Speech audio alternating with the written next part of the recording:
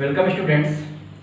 Previous video में हमने Euclid division lemma पे क्वेश्चंस देखे थे। ठीक है, क्वेश्चन हमने उस पे किए थे 3-4 क्वेश्चन।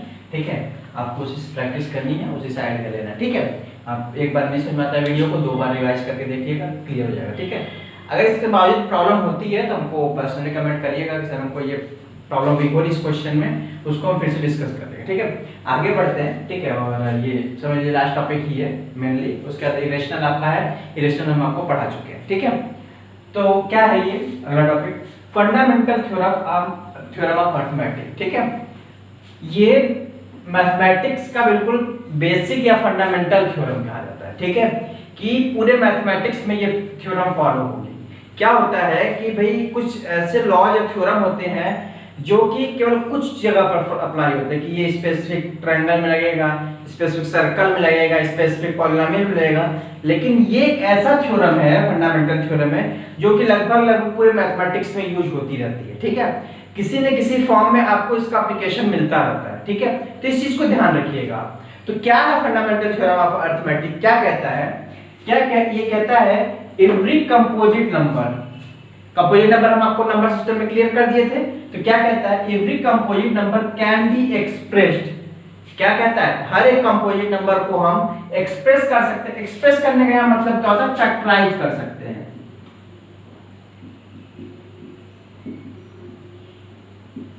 कैन बी एक्सप्रेस्ड और फैक्टराइज। ठीक है, एक ही मतलब हुआ। As a product of prime numbers. ठीक है, हम किसी भी कंपोजिट नंबर को अलग अलग फैक्टराइज कर सकते हैं। कैसे फैक्टराइज कर सकते हैं, प्राइम नंबर्स में कर सकते हैं। ठीक है, उसको जो फैक्टर निकलेगा उसको हम प्रोडक्ट ऑफ प्राइम नंबर्स में कर सकते हैं। ठीक है, and this factorisation will be unique. ये जो फैक्टराइजेशन होगा वो यूनिक होगा। ठीक है, ऐसा नहीं कि आप एक फैक्टराइजेशन एक नंबर का कर रहे हो प्राइम नंबर का और उसके अलावा दूसरा भी फैक्टराइजेशन का मेथड मिल जाए आपको। एक ही बस हर एक नंबर का एक ही फैक्टराइजेशन मिलेगा, प्राइम फैक्टराइजेशन। ठीक है, apart from the order in which the prime factor occurs. Order उनका बदल सकता है, पहले कौन पहले बाद लिखा जा रहा है ये फर्क नहीं पड़ता आपका। ठीक है, ऑर्डर से कोई ज्यादा रोल नहीं होगा, बस आपको ये रखना है कि कंपोजिट नंबर को प्राइम नंबर्स के फॉर्म में लिखना है, उसकी फॉर्म में एक्सप्रेस करना है। ठीक है, जैसे क्या कहता है ये एग्जांपल, बहुत सिंपल सा है, आप लोग करते आए हैं। एलसीएम पता नहीं किस क्लास से पढ़ते आ रहे हैं, 4th 5th से ही, तो इस पे करते हैं। इसको हम फिर से रिवाइज करा दें, बस 2 मिनट लगेगा। ठीक है, आप जैसे हमें कितने कहा 12 को आप प्राइम फैक्टराइज करिए इसको। ठीक है, इसको आप प्राइम फैक्टराइज करिए, तो इसको अगर हम डायरेक्ट लिखते हैं तो ये हो जाएगा 2 × 2 × 3। ठीक है, देखिए प्राइम फैक्टराइजेशन हो गया ये 2 2 जा 3 2 2 जा 4 3 जा 12। ठीक है, तो 12 आ गया इसका फैक्टराइजेशन, ये 2 × 2 × 3 हो गया। ये यूनिक फैक्टराइजेशन है और 12 का कोई फैक्टराइजेशन आप नहीं कर सकते और किसी प्राइम नंबर के फॉर्म में नहीं कर सकते, बस इनका ऑर्डर चेंज होगा। ये जो ऑर्डर है इन तीनों नंबर का, कोई पहले कोई बाद हो सकता है, बस इतना ही फर्क आएगा आपके प्राइम फैक्टराइजेशन में। ये नहीं होगा कि यहाँ पर 2 2 3 है अगर, तो आप ये कहिए कि नहीं 1 2 और कोई 2 3 हो जाए या इस तरह की कोई हो जाए, ऐसा कुछ नहीं होने वाला। ठीक है, तो ये यूनिक होता है, लेकिन इनका ऑर्डर चेंज हो सकता है। ठीक है, आप ऑर्डर चेंज कर लीजिए, कोई फर्क नहीं पड़ेगा। आप इसको ये कोई पहले में ये लिख सकता है। ठीक है, 2 3 या 6 2 या 12। ठीक है, कोई प्रॉब्लम नहीं है, ये लिखिए या 3 पहले लिख लीजिए, 2 × 2 लिखिए, सब सेम है। ठीक है, ऑर्डर से कोई फर्क नहीं पड़ता, बट हाँ ये ध्यान रखिएगा कि इसका जो ये नंबर है ये यूनिक होगा। और इस चीज को आप कैसे निकालते हैं, इसका मेथड बहुत सिंपल सा है कि आप क्या करते हैं, उस चीज को कुछ इस तरीके से लिखते हैं, इस तरीके से लिखते हैं। पहले क्या करते हैं, 2 से डिवाइड करते हैं, 2 6 जा, फिर 2 से डिवाइड करते हैं, 2 3 जा, फिर 3 से डिवाइड करते हैं 1। ठीक है, एलसीएम में आप ऐसा करते आए हैं शुरू से। ठीक है, तो ये जो आता है 2 × 2 × 3, यही आपका फंडामेंटल थ्योरम ऑफ अरिथमेटिक का स्टेटमेंट कहता है। ठीक है, तो क्या कहा ये कि हर एक कंपोजिट नंबर हो, कंपोजिट नंबर मींस जिसका फैक्टर 1 और सेल्फ के अलावा कुछ हो। ठीक है, ये हमने नंबर सिस्टम वाले का टॉपिक में बहुत अच्छे डिस्कस किया था इसको। ठीक है, तो हम उसको एक्सप्रेस कर सकते हैं, मतलब फैक्टराइज कर सकते हैं, कैसे, प्राइम नंबर्स में। ठीक है, बहुत सिंपल सा, कोई बहुत ज्यादा कॉम्प्लेक्स नहीं। ठीक है, क्लियर हुआ। चलिए इसका कुछ एप्लीकेशंस देखते हैं कि यहाँ पर क्या यूज होता है। ये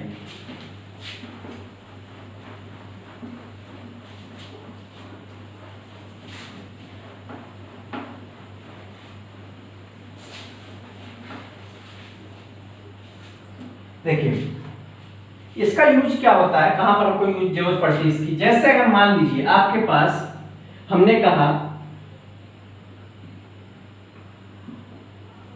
आप 2 इंटू 5 देखिए, 2 इंटू 5 देखिए क्या आएगा, बहुत सिंपल सा 10 आएगा, इसमें कोई डाउट नहीं है। ठीक है, एक चीज यहां से नोटिस करने वाली बात आई कि अगर कोई नंबर 0 आता है, ध्यान समझिएगा, इसके लास्ट में वंस प्लेस पे 0 अगर आता है, ठीक है, तो उसके फैक्टर में ये कंफर्म है कि 2 और 5 होना जरूरी है, ये होना जरूरी है। अगर किसी नंबर के फैक्टर में 2 और 5 नहीं है तो आप ये 0 नहीं ला सकते। कोई नंबर लेके सोच डालिए, 1 2 0 9 में, 0 to 9 में आप कोई भी नंबर लेके सोच लीजिए। जैसे हम कहें कि भाई 3 इंटू कुछ भी कर लीजिए आप, ठीक है, 3 इंटू कुछ भी कर लीजिए, कहां से, 0 to 9 वाले में सोचना है, ठीक है। इस 0 की बात ही नहीं करेंगे, 0 तो हमारा अलग केस ही हो गया। 1 to 9 में आप अगर बात करिए, ठीक है, 1 to 9 में नंबर बात करिए, 3 में आप कोई नंबर का इंटू करके 0 ला सकते हैं, कभी नहीं ला सकते। आपको 0 लाने का केवल एक ही कंडीशन है, 2 इंटू 5 का, ठीक है, इस चीज को ध्यान रखिए। 3 इंटू 4, 4 इंटू 6, 7 इंटू 8, 9 इंटू 3, कुछ भी कर लीजिए, उसमें 0 लास्ट में नहीं आने वाला। इसका मतलब कि अगर हमको किसी भी नंबर में 0 अगर पता करना है कि इसके लास्ट में 0 आएगा कि नहीं आएगा, उसको हमको चेक करना पड़ेगा उसके फैक्टर में 2 और 5 है कि नहीं है, ठीक है। जैसे एक क्वेश्चन देखते हैं, इसमें हमने कहा कि 6 टू द पावर n क्या है, 6 टू द पावर n में वंस प्लेस पे कितना, लास्ट वंस प्लेस जो होगा वो 0 होगा कि नहीं होगा। क्वेश्चन क्या है, is there at ones place will be 0 और not in the 6 to the power n। क्या क्वेश्चन है, 6 टू द पावर n में last place that is ones place will be 0 और नॉट, ठीक है, ये क्वेश्चन है आपका। अब ध्यान दीजिएगा, इस हमने यहां से कहा कि अगर लास्ट में 0 आना है तो आपको कंफर्म है कि इसके फैक्टर में 2 और 5 आना चाहिए। अगर इसके फैक्टर में 2 और 5 नहीं आया, ठीक है, तो ये कभी भी 0 नहीं आएगा लास्ट में, ठीक है। करके देखिए, 2 5 आता है। 6 को आप प्राइम फैक्टराइज करेंगे फंडामेंटल थ्योरम ऑफ मैथमेटिक्स से, तो 2 इंटू 3 ही आएगा, और कोई प्राइम फैक्टराइजेशन इसको कर नहीं सकते हम। यूनिक हमने कहा कि फंडामेंटल थ्योरम कहता है यूनिक फैक्टराइजेशन, तो यूनिक फैक्टराइजेशन ये हो गया। तो अगर यूनिक फैक्टराइजेशन हो गया इसका, तो इसका मतलब ये हो गया कि यहां से इसको हम लिख सकते हैं 6 टू द पावर n को 2 to the power n into 3 to the power n लिख सकते हैं, इसमें कोई डाउट नहीं है, ठीक है। जब हम ये लिख सकते हैं, इसका मतलब ये हुआ कि इसमें 0 कभी नहीं आने वाला। क्यों 0 नहीं आने वाला, क्योंकि यहाँ तो 2 तो आ रहा है, 5 नहीं आ रहा है, तो इसका मतलब 6 टू द पावर n में कभी भी नहीं आएगा। इस चीज का ध्यान रखिएगा, ठीक है। इसी तरीके से आप कुछ भी नंबर ले लीजिए, 8 टू द पावर n ले लीजिए, ठीक है, कभी नहीं आएगा, क्योंकि ये क्या होगा, 2 इंटू 2 इंटू 2 होगा, ठीक है, तो उसकी पावर सबकी पावर n हो जाएगा। बट 5 तो नहीं आ रहा है, 5 आएगा तभी हम लास्ट में वंस प्लेस पे 0 देख सकते हैं, तो ये चीज हमें ध्यान रखनी होगी, ठीक है। तो ये क्वेश्चन आता है कि वंस प्लेस पे आपको 0 चेक करना होगा कि किस नंबर में है किस में नहीं है, तो आप सिंपल सा उसको प्राइम फैक्टराइज कर लीजिए, उसमें 2 एंड 5 अगर आता है तो 0 होगा, अदरवाइज नहीं होगा, ठीक, कोई प्रॉब्लम नहीं इसमें। चलिए आगे चलते हैं।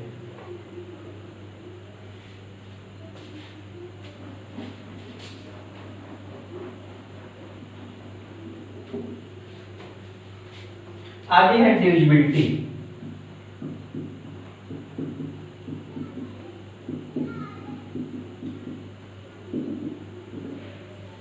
देखिए क्या होगा, छोटे नंबर की डिविजिबिलिटी तो आप लोग सीखे हुए हैं, ठीक है, कि 2 से क्या होता है, 3 से क्या होता है, 5 से क्या होता है, 6 से क्या होता है, 9 से 8 से, सबसे से जानते हैं, 11 से 10 से, ठीक है। यहाँ पर क्या है कि आपको कोई बड़ा नंबर दिया जाएगा, क्या दिया जाएगा, कुछ बड़े नंबर दिए जाएंगे और उसको बताया जाएगा, पूछा जाएगा कि ये किस किस नंबर से डिविजिबल है, ठीक है, ये किस किस नंबर से डिविजिबल है। जैसे आपको एक क्वेश्चन हमने दे दिया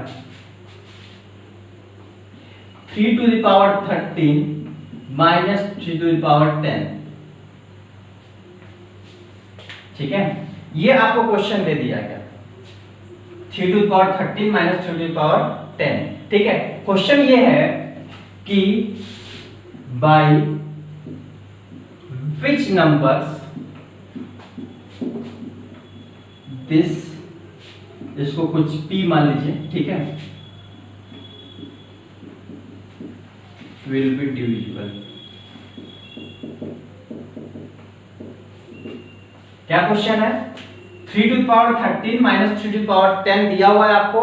पूछा है कि ये जो नंबर आएगा, इसको सॉल्व करने का कुछ नंबर आएगा ना, ठीक है, आप पूरा सॉल्व करिए, ये सॉल्व करिए, ये सॉल्व करिए, ठीक है, कुछ बड़ा सा नंबर आएगा कि 3 पावर 13 आप निकाल लीजिए, 3 पावर 10 निकाल लीजिए, और माइनस करने बाद एक नंबर आएगा बड़ा सा, उसको बताना है किस किस नंबर से डिविजिबल होगा। p तो उसको माइनस करने के बाद आएगा ना, तो उसको बताना है कि किस किस नंबर से डिविजिबल होगा। ठीक है, उस चीज को बताना है। तो देखते हैं किस किस चीज से होगा। इसमें आपको ऑप्शन दिया था, ठीक है, क्वेश्चन यहाँ से दिया गया है, एनटीएससी में आया हुआ क्वेश्चन है ये, ठीक है, तो वहां तो ऑप्शन प्रोवाइड था, ऑप्शन नहीं दे रहा आपको, क्वेश्चन सॉल्व कराते कैसे सॉल्व करना। ठीक है, तो देखिए कैसे सॉल्व करना सोचेंगे। इसमें आपको ये अभी हमने बताया कि हर एक नंबर को हम प्राइम फैक्टराइज करके लिख सकते हैं, उसके फंडामेंटल थ्योरम यही कहता है। और हमने उस थ्योरम के पहले ही बोला कि कुछ थ्योरम ऐसे होते हैं जो पूरी मैथमेटिक्स में फॉलो होते हैं, तो वो थ्योरम हर जगह फॉलो होगा कि हम हर एक नंबर को प्राइम फैक्टराइज करके लिख सकते हैं। ठीक है, तो हम उसी चीज को करें इसमें। ठीक है, देखिए तो क्या करिए आप, p है, इसमें से 3 टू द पावर 10 कॉमन ले सकते हैं, 3 टू द पावर 10 यहां भी, 3 टू द पावर 10 इसमें भी आएगा, इसमें से कॉमन ले लीजिए, यहां क्या हो जाएगा 3 टू द पावर 3 माइनस 1 हो जाएगा। ये चीज समझिएगा ध्यान से, ये कैसे आया इस चीज को समझिए, थोड़ा सा एक्सपोनेंट का हम रिवाइज कर देते हैं। ठीक है, इसको हम क्या लिख सकते हैं 3 to the power 10 into 3 to the power 3 minus 3 to the power 10। ठीक है, ये लिख सकते हैं। ये क्या होता है एक्सपोनेंट में, क्या होता है कि जब हमारे बेस सेम होते हैं तो पावर ऐड हो जाती है, तो ये पावर ऐड होगी तो 13 ही तो आएगा, तो इसको हम इस तरीके से लिख सकते हैं। ठीक है, अब इसमें से देखिए हमने कॉमन क्या लिया, ये कॉमन लिया हुआ है, 3 टू द पावर 10 कॉमन चला गया, तो बचा क्या यहाँ 3 टू द पावर 3 बचा, और यहाँ से पूरा कॉमन चला गया, क्या बचा फिर -1 बचा। ठीक है, चलिए आगे चलते हैं।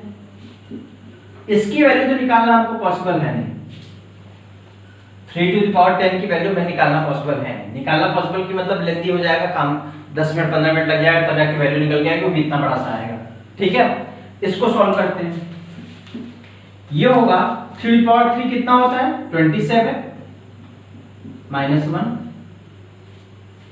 इसमें तो कोई प्रॉब्लम नहीं है, 27 -1 हो जाएगा। ठीक है, इसको सॉल्व करिएगा तो 3 टू द पावर 10 इनटू 26, 27 -1 26 आ जाएगा। ठीक है, 26 को अगर फैक्टराइज करेंगे आप तो आएगा 3 टू द पावर 10, ये पहले से चला आ रहा है, 2 इनटू 30, ये आ गया। ठीक है, इसका मतलब कि ये नंबर इस प्राइम फैक्टराइज होने का कुछ इस तरीके का आएगा, 3 टू द पावर 10, मतलब जो 3 होगा वो 10 टाइम्स होगा, 3 into 3 into 3 into 3 into 3 10 times होगा, 2 आएगा 13 आएगा। तो ये जो नंबर होगा वो इस 13 से डिविजिबल होगा, 13 से डिविजिबल होगा, 2 से डिविजिबल होगा और 3 से डिविजिबल होगा। कितने नंबर्स होगा ये डिविजिबल, 3 नंबर्स डिविजिबल होगा। किससे किससे, 3 से, 2 से एंड 13 से। ठीक है, तो ऐसे ये लॉजिक लगा के आपको सोचना है कि किसी भी क्वेश्चन को अगर डिविजिबिलिटी चेक करनी है तो कुल मिला के कल आप उसको प्राइम फैक्टराइज कर दीजिए।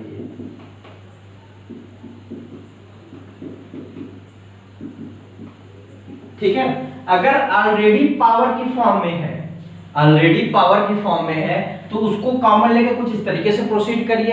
अगर पावर की फॉर्म में नहीं है, ठीक है, अगर पावर की फॉर्म में नहीं है तो फिर वो जो एलसीएम वाला मेथड होता है उससे आप फैक्टराइज कर लीजिए। ठीक है, जैसे क्वेश्चन एक और देखते हैं एलसीएम वाले से।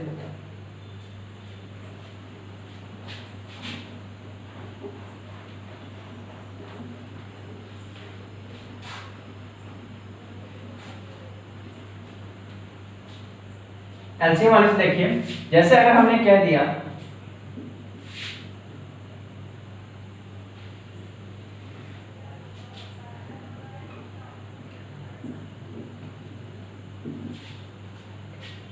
3048 आपको चेक करना है किस नंबर से डिविजिबल है, तीन कौन कौन से प्राइम नंबर से ये डिविजिबल है। ठीक है, तो अब इसमें आपको पावर निकालने में प्रॉब्लम आएगी, अभी यहाँ कुछ पावर फॉर्म में दिया नहीं है, तो आपको इसके लिए कैसे जाना पड़ेगा, वो एलसीएम वाले मेथड से जाना पड़ेगा। ठीक है, तो करना शुरू करिए आप।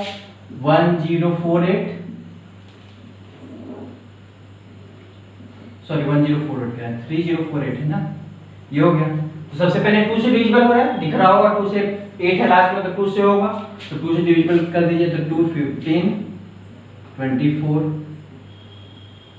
ठीक है, फिर 2 से हो रहा है, तो 2 से डिविजिबल कर दीजिए, 2 7 जा 1 12, 2 6 जा 2 2 जा, फिर 2 से होगा, फिर 2 से होगा, सॉरी 2 से नहीं होगा, एक मिनट, 3048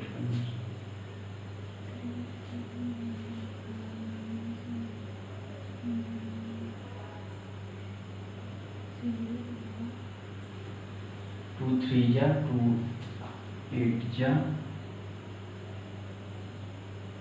3 से कर लीजिए इसको। ठीक है, 3 1 जा 3 2 जा 6 21 3 7 जा 21।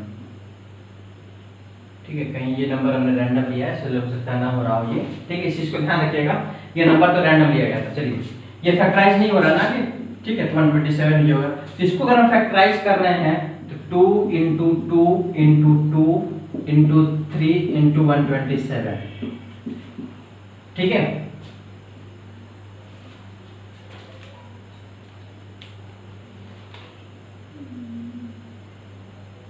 चलिए, ठीक है, इसका मतलब ये जो नंबर होगा वो 2 से डिविजिबल होगा, 3 से डिविजिबल होगा और 127 से डिविजिबल होगा। ठीक है, ऐसे आप चेक करेंगे किसी भी नंबर को डिविजिबिलिटी कैसे चेक करनी है, वैसे आप प्राइम फैक्टराइज कर लीजिए। ठीक है, मेन मेथड के ऊपर जाइए, तो नंबर हमने रैंडम लिया हुआ है, कोई भी नंबर आप ले सकते हैं। ठीक है, तो इस तरीके से आपको जो क्वेश्चन दिया जाएगा उसको प्रोसीड करिएगा। ठीक है, चलिए नेक्स्ट क्वेश्चन चलते हैं।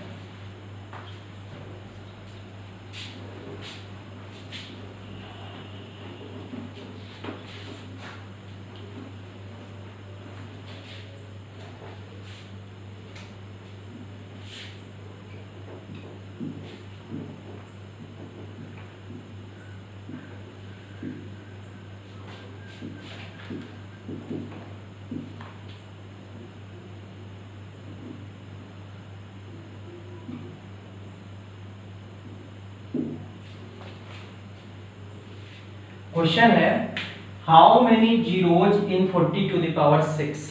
ठीक है, आपको 40 टू द पावर 6 है दिया हुआ है, इसमें नंबर ऑफ जीरोज फाइंड करने हैं।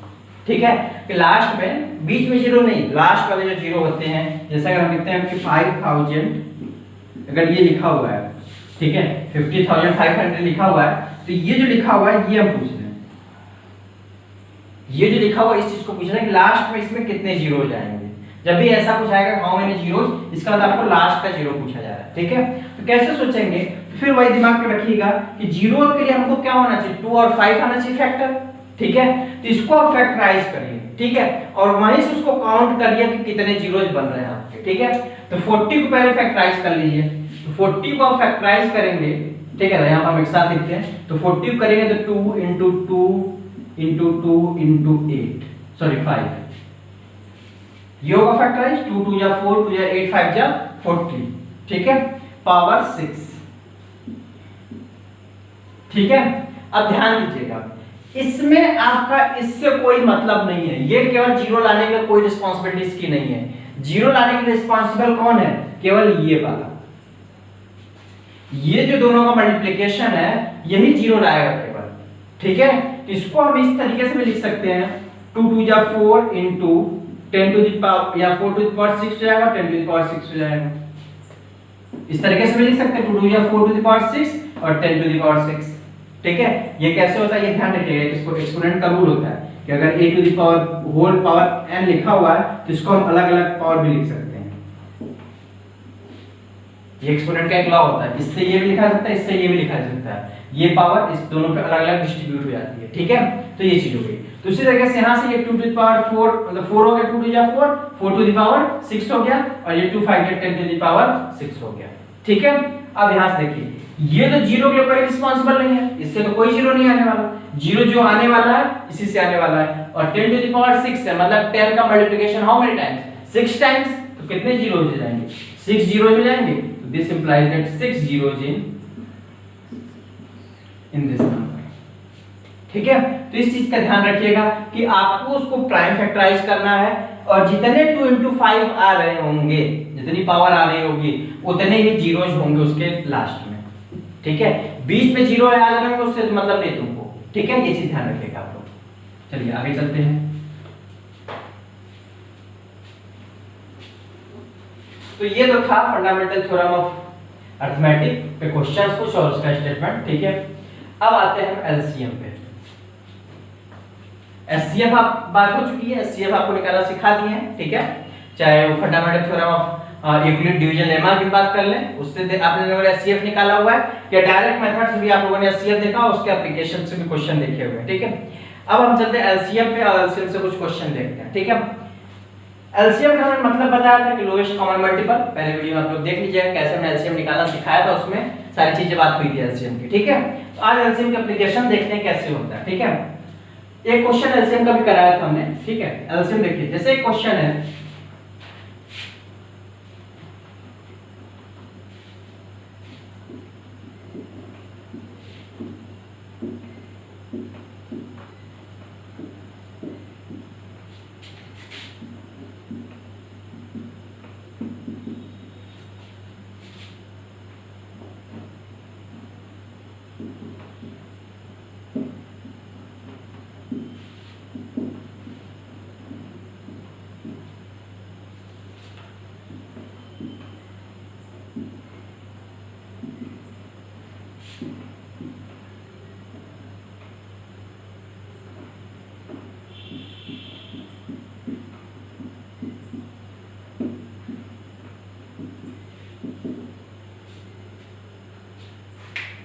ये क्वेश्चन दिया हुआ है। ठीक है, तो किस चैप्टर का क्वेश्चन है और क्या चीज है, कहीं एलसीएम वगैरह तो कुछ लिखा नहीं है। ठीक है, क्या क्वेश्चन है, कैसे समझेंगे, क्या निकालना है इसमें, ध्यान दीजिएगा। फाइंड द नंबर, आपको नंबर फाइंड करना है विच गिव्स रिमाइंडर 7। क्या हो, एक ऐसा नंबर फाइंड करना है जो कि रिमाइंडर 7 दे। कब, व्हेन डिवाइड्स बाय, कब, जब हम डिवाइड करें किससे, 12 से, 15 से, 18 से। ठीक है, आपको क्वेश्चन क्या है कि एक नंबर आप फाइंड करिए जिसको कि हम 12 से डिवाइड करें, 15 से डिवाइड करें, 18 से डिवाइड करें, तो आपको एक ही रिमाइंडर मिले, वो मिले 7। ठीक है, जैसे ये क्वेश्चन का दूसरा तरीका देखते हैं। ठीक है, कि मान लीजिए हम आप लोग को लेते हैं 19, एक नंबर आपको मान लीजिए 19 लिया, तो इसको अगर आप 12 से डिवाइड करेंगे तो 12 बन जाए 12, 7 रिमाइंडर आ रहा है। ठीक है, लेकिन अगर इसको आप 15 से डिवाइड करेंगे तो 7 रिमाइंडर नहीं आएगा। ठीक है, आपको 4 आएगा, उस तरीके से 18 करेंगे तो 1 रिमाइंडर आएगा। तो ये नहीं क्वेश्चन कह रहा है, क्वेश्चन ये कह रहा है कि आप एक ऐसा नंबर फाइंड करिए कि जिससे कि हम इन तीनों से डिवाइड करें, उस नंबर को इन तीनों से डिवाइड करें, हर एक केस में रिमाइंडर 7 आए। ये चीज फाइंड करनी है आपको। ठीक है, तो कैसे आप सोचेंगे एलसीएम है कि नहीं है, क्या चीज एचसीएफ है, क्या है, किस कैसे प्रोसीड करेंगे, तो उसके लिए आपको हिंट कहां से मिलेगा, इस चीज को ध्यान रखिए। आपको ये रिमाइंडर अभी छोड़ दीजिए, ये रिमाइंडर अभी छोड़ दीजिए, आपको ये करिए find the number which when divide by 12 15 18। ठीक है, आपको ये सोचना है कि हमको नंबर फाइंड करना है जो कि 12 15 18 से इजीली डिवाइड हो जाए। ठीक है, तो ऐसा कौन सा नंबर होगा जो 12 से भी डिवाइड हो, 15 से भी डिवाइड हो, 18 से भी डिवाइड हो, तो एलसीएम ही बताता है। इस चीज को हम एलसीएम में डिस्कस किए हुए हैं। ठीक है, इसका मतलब अगर हम इनका एलसीएम ले लेते हैं पहले, फिर उसके बाद देखते हैं कि 7 का क्या करना है। ठीक है, तो चलिए एलसीएम लेते हैं।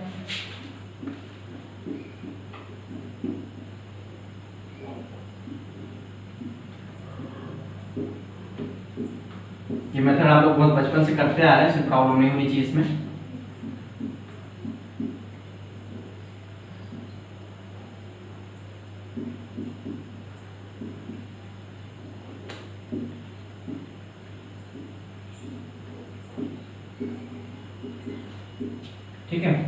एलसीएम हो जाएगा 2 इंटू 2 टाइम्स 2 है एंड 2 टाइम्स 3 है एंड 1 टाइम्स 5। तो 2 2 जा 4, 3 जा 12, 3 जा 36, 5 जा 180, मल्टीप्लाई कर लीजिएगा 180 है। ठीक है, तो इसका एलसीएम आ गया आपके पास 180। ठीक है, इसको अब रफ कर लेते हैं। ठीक है, तो इसका एलसीएम क्या आ गया आपके पास 180 आ गया।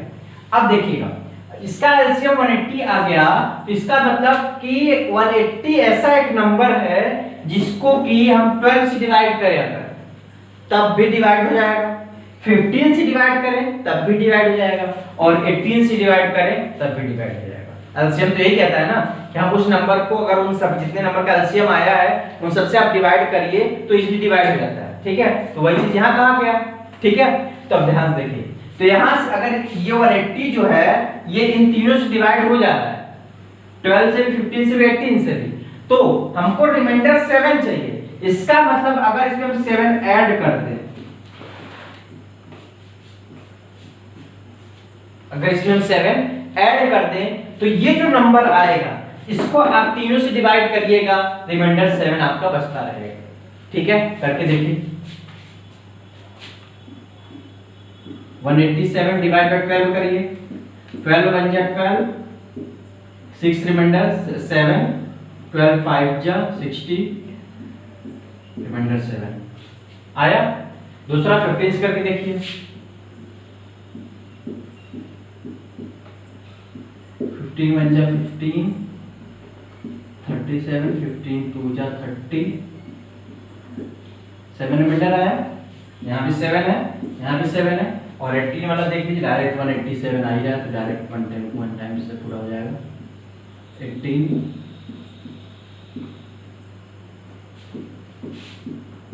7 हो गया। ठीक है, इसका मतलब कि रिमाइंडर तीनों क्या हो गया 7 आ गया।